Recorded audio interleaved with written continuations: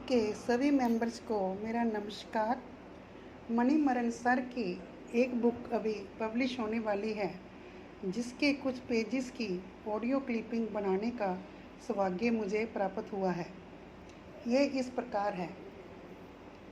जिनका जीवन परेशानियों से भरा है, जिनकी लोग उपेक्षा करते हैं, जो समाज में उपहास के पात्र हैं, ऐसे हकलाने वाले लोगों की निस्वार्थ सेवा करना लेखक का सहज स्वभाव है। लेखक राज्य सरकार में उच्च पद पर अधिकारी रह चुके हैं। चूँकि लेखक खुद अकलाहट से ग्रस्त रह चुके हैं, सो इस पुस्तक में लेखक ने हकलाहट की समस्या और उसके सटीक समाधान पर विस्तार से विवेचना की है। लेखक की जीवन यात्रा पढ़ते पढ़ते ऐसा लगता है मानो हम अपनी ही जीवन यात्रा के विषय में पढ़ रहे हैं। पढ़ते पढ़ते हमारा अपना अतीत चलचित्र की भांति मानस पटल पर उभरने लगता है।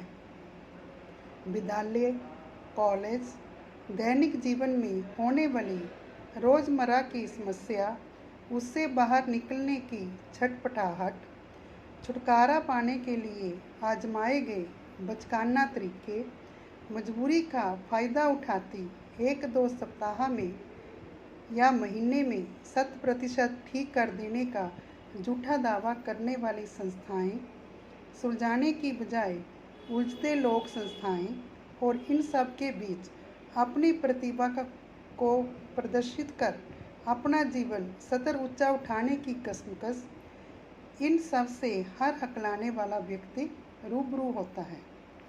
पुस्तक पढ़ते पढ़ते हमारा हृदय लेखक के प्रति प्रशंसा से भर जाता है, क्योंकि उन्होंने सहज सरल ढंग से हमारे साथ अपने अनुभवों का निचोड़ साझा किया है और हमें पूरी यात्रा कराकर अंत में उस रास्ते पर लाकर छोड़ दिया है जहाँ पर हम अपने विवेक का इस्तेमाल कर सर्वोत्तम रास्ते का चुनाव कर सकें और इलाज में दृढ़ आस्था रखकर निरंतर प्रयास करने का संकल्प ले सकें। हेमंत जी कहते हैं कि वह सर्वप्रथम अक्टूबर 2013 में एक राष्ट्रीय अधिवेशन में मिले थे। वह उनकी एक औपचारिक बातचीत थी।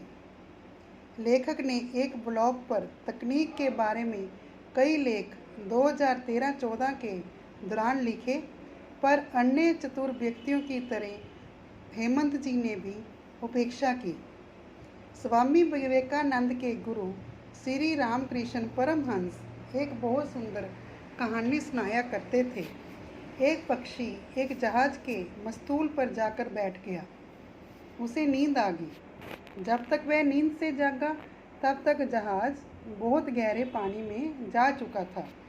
अब पक्षी किसी पेड़ की तलाश में किनारा खोजने लगा। पहले उत्तर दिशा में उड़ा, बहुत दूर तक जाकर देख आया कि कहीं कोई किनारा नहीं मिला। उसके बाद वह थक कर उसी जहाज के मस्तूल पर आ बैठा। पक्षी ने फिर एक बार कोशिश करने की सोची। इस बार दक्षिण की ओर उड़ा, बहुत आगे तक गया, पर उसे कहीं किनारा नहीं मिला। वह फिर से थक कर उसी जहाज के मस्तूल पर आकर बैठ गया। पक्षी ने ऐसे ही पूर्व, पश्चिम आदि सभी दिशाओं में भी उड़कर देख लिया, पर उसे कहीं किनारा नहीं मिला। अब अंत में थक हार कर पक्षी ने यही फैसला लिया कि ये जहाज मुझे जहाँ लेकर जाएगा, मैं अब वहीं जाऊँगा। यही संपूर्ण की अवस्था है। सब कुछ छोड़कर एक जगह पर टिक जाना, एक का ही आश्रय लेना बहुत कठिन है। बुद्धि हमें बार बार भ्रमित करती है। प्रकृति हमें बार बार झूठे परंतु लुभावने विकल्प उपलब्ध कराती रहती है, ताकि सही रास्ता छोड़कर मनुष्य उलझा रहे। हेमंत सर भी उस पक्षी की तरह सारे प्रयास कर चुके थे। योगा, ध्यान, विपासना, हीलिंग, गायन, prolongation, bouncing, voluntary stuttering, cancellation, स्टेटिंग, stretching, pausing, gym, jogging, acceptance आदि सभी को आजमा चुके थे। मार्च 2020 के संपूर्ण लॉकडाउन में 60 दिनों की छुट्टी के दौरान उन्होंने इन छुट्टियों का भरपूर उपयोग करने का निश्चय किया और सोचा अभी समय है, वह अपनी समस्या से क्यों ना दूर हो जाएं। मगर वह भ्रमित हो गए कि उपरोक्त में से किसका अभ्यास करूं और किसे छोड़ूं। उनके लॉकडाउन के 60 दिन इसी उधेड़-बुन में निकल गए और वह ऑफिस जाने लगे।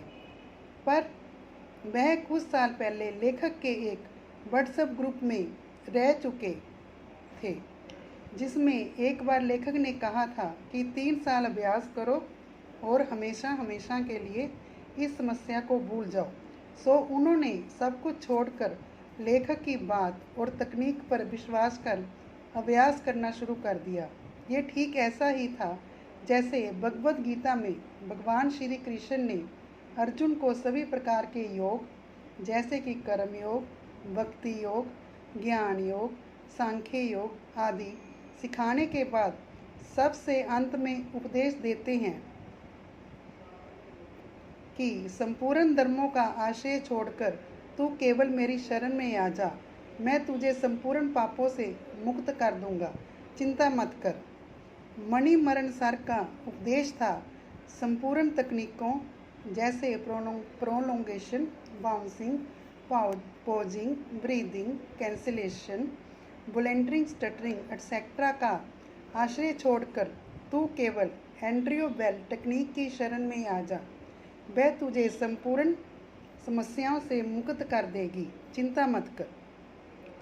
जब उत्पाद होता है तो उपभोक्ता खुद प्रचारक बन जाता है और इसकी एक अटूट श्रृंखला अपने आप ही बनती चली जाती है। मणिमरण सर, जिन्होंने अखिलाड़ के चक्रव्यूह को वेदना सिखाया और पुस्तक का हिंदी रूपांतरण करने को प्रेरित किया, वह उनके हेमंत सर इसके लिए उनका जीवन भर आभारी रहेंगे। कृपया ज्ञानी जन मेरी व्याकरण जनित या अन्य त्रुटियों को क्षमा करें। शब्दश अनुवाद करने की बजाय पुस्तक की आत्मा को आम बोलचाल में प्रचलित हिंदी अंग्रेजी शब्दों में उतारने का प्रयास किया गया है। इस अनुवाद में सहयोग देने के लिए हेमंत सर,